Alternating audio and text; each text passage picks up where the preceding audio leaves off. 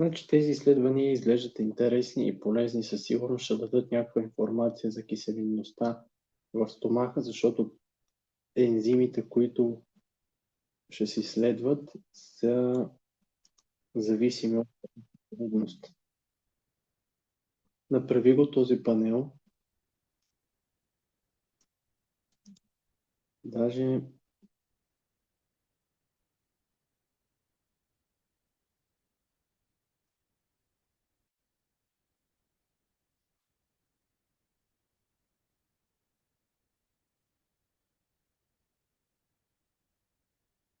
сега ще го направиш пак и ще ми изпратиш миналата година и сегашната да сравня на следващото попълване. Ще ги добавиш като линкове.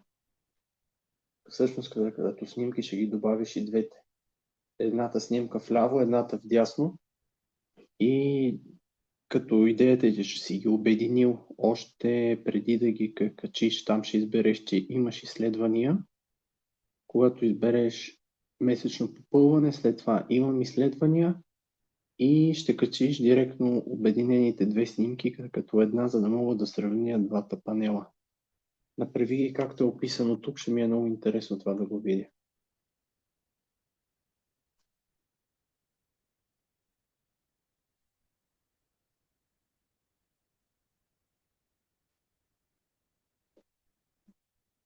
И даже не дей да взимаш никакви добавки. Една седмица и тогава отиди да се изследваш.